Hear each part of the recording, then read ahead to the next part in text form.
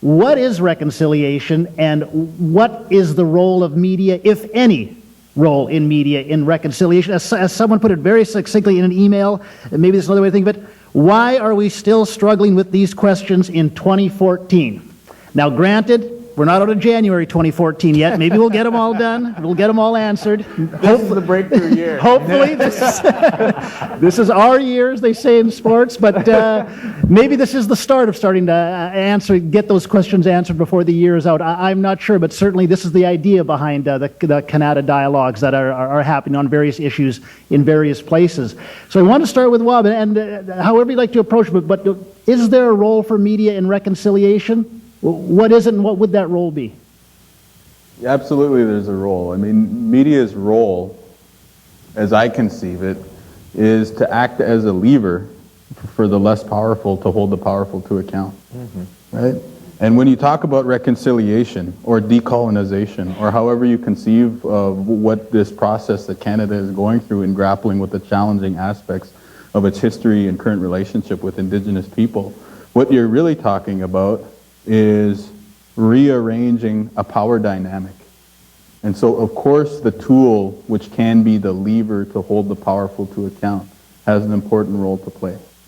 And the reason that I use that phrase, no truth, no reconciliation, like, indeed, how are we going to reconcile and live together if we don't understand who each other are, right? From the Indigenous side, how am I going to be able to live in harmony and peace with people from other nations if I am constantly playing the victim and I believe that they are the perpetrator?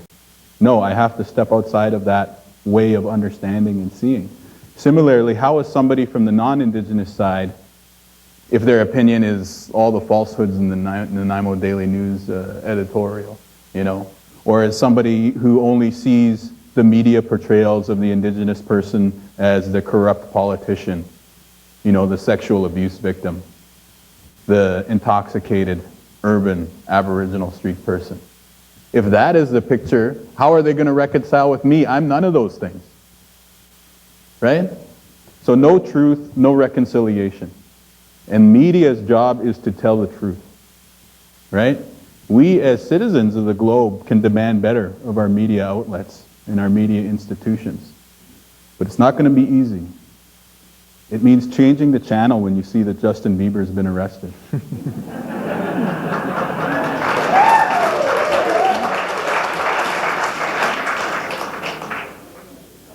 Right?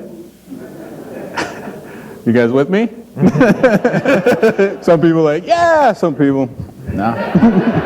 Not going to do it? Well, I'm sorry. I got to know. Got to see that mugshot. Justin Bieber's been arrested? People on their phones right now. You're missing the point if you're Googling that right now. No, I mean, and the other thing that we have to keep in mind is that, like, yeah, the media plays an important role in shaping the dialogue that we have as adults and, you know, informed people. But it also has a powerful role to play on shaping the sense of self-worth that very young people have.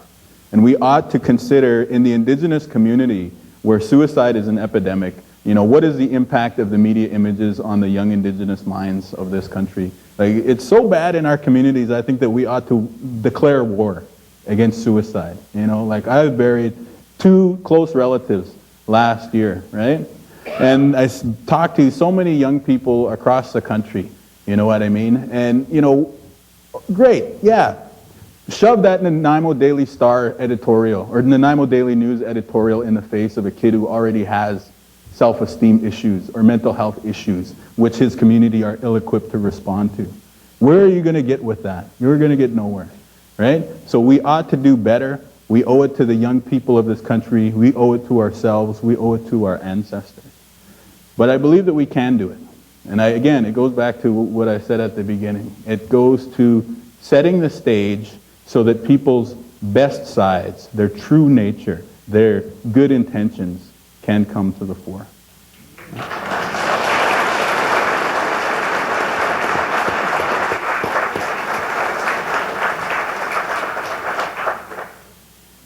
I think the role of media has to be to keep the conversation going. The conversation has not been great in the past, It's getting better. We've got to build on that. We've got to get more information out there. We've got to keep the conversation going both ways. We've got to not go into silos, so it's the us and them. And that's what media can do, and can do very successfully. I think it also goes back to something that you were saying about the education and whether we should have courses for journalists. I mean, to me, it is so apparent that the education should be coming so much earlier. I'm absolutely amazed.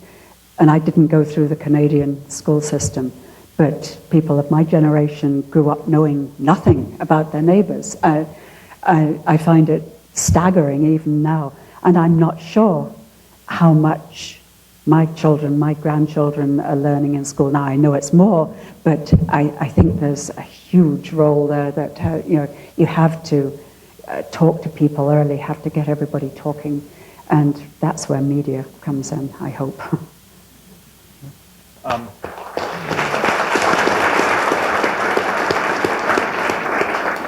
What role do media play in the reconciliation of Aboriginal peoples in the rest of Canada? It's a huge, a big one, an important one. And as someone who covered, I went to the national event for the Truth and Reconciliation Commission in Vancouver. Spent 4 days, and at the end of every day, there was a gorgeous box that was about this big, a little bit bigger than that, and they called it Box of Reconciliation, I think is its formal title. And every day they would spend a half an hour, and the people that had presented would about residential schools would stand up and make presentations, expressions of reconciliation, they called it. And so and whatever it was that the presenters could express to say, what are we doing? What concrete steps are we doing to reconcile this relationship? And it would go into the box, and that will be kept in a national archive forever for all Canadians to see. But things like the Vancouver Giants WHL team put in a jersey that they wore, a game-worn jersey that they wore that honored residential school survivors, that was a hockey jersey that they had worn at a residential school in interior British Columbia. The UBC put in its memorandum of declaration saying that we declare school closed for a day on September 20th or whatever it was, so that all students can go and learn about residential schools. And the city of Vancouver said we declare 2013 to be the year of reconciliation, and so they put that plaque into that box, right? So there are all kinds of things that all Canadians need to do in their own walks of life to express reconciliation. And what the media can do is cover those stories. It's pretty simple. Like it's not the blockade, and there aren't necessarily people weeping out of anger and hate and frustration. They're weeping for joy. They're weeping for happiness, and those are and there's struggle there, and those are human stories.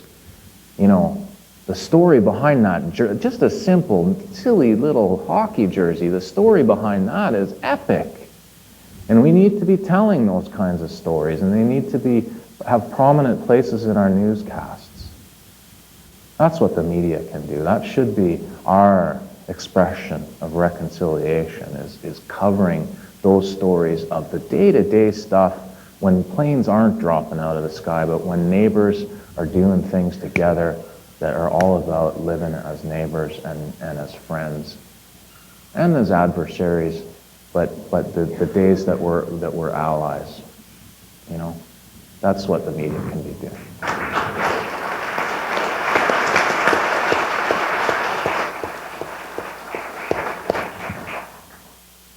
National Chief, I wonder if you have some brief reflections or thoughts as we move into the He knows me final too well. comments? Brief reflections. Floor is yours. For those of you who weren't there earlier, we were treated to a forum with the students at the gathering place here on campus.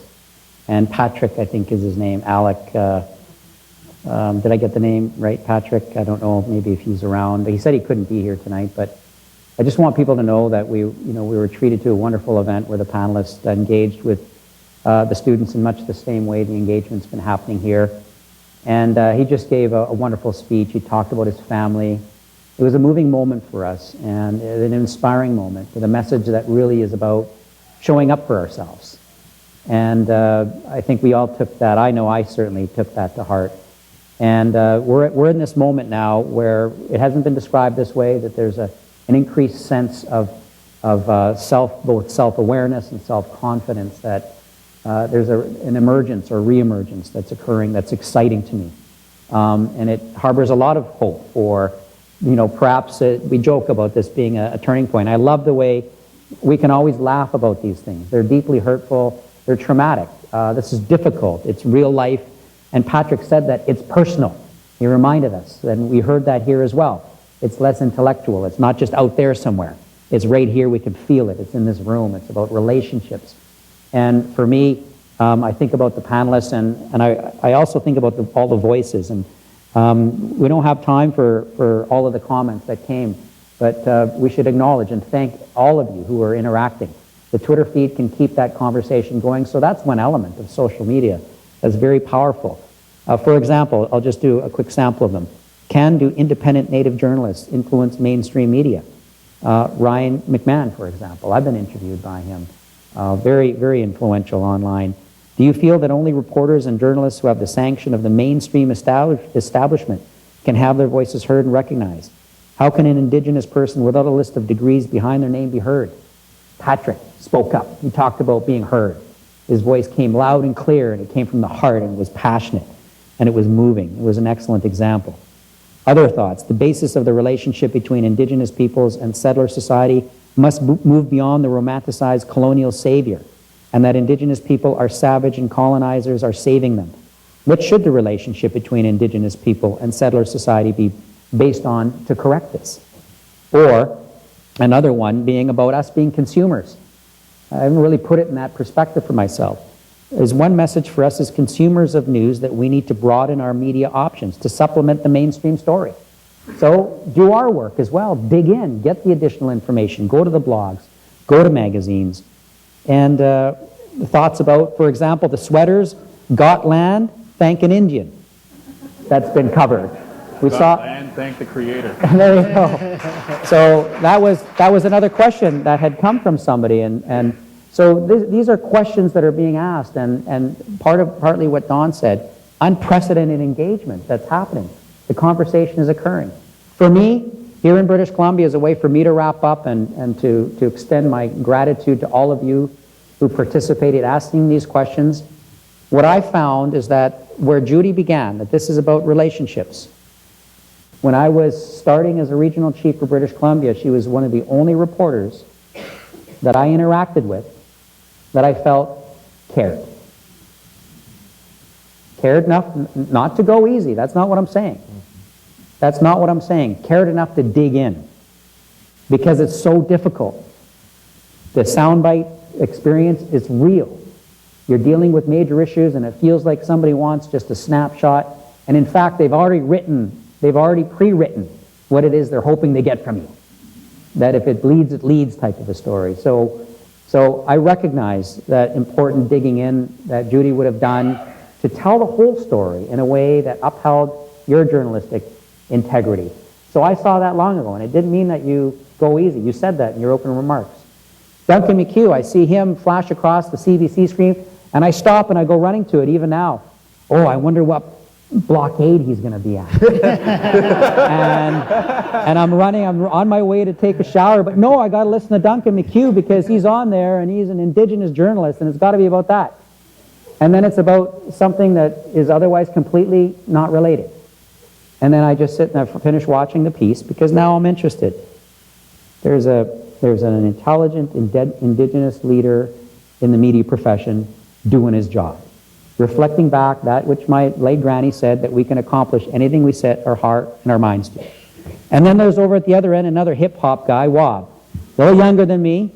I wouldn't take him on in a battle. I'm a little older than him now. But I already said what I thought when I talked about the Eighth Fire and the various journalists that for the first time, That was the first time, I'm 47 now as of this last week, that I felt like I saw myself reflected back in a whole way. And it moved me to tears. It's like what my late granny said, they're beginning to see us.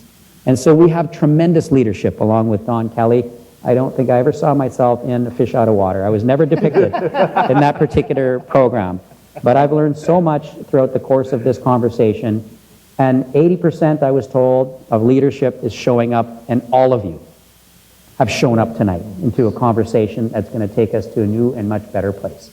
So for myself, in my language, Tleko, Haichka in the Snuneymuxw people's language, thank you for showing up for ourselves the way Patrick said that we must do. Thank you, National Chief.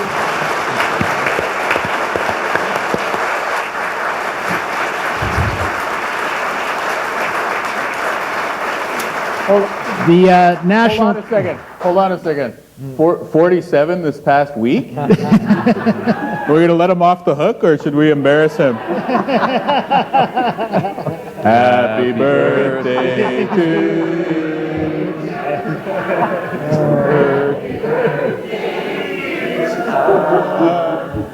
Happy birthday to you.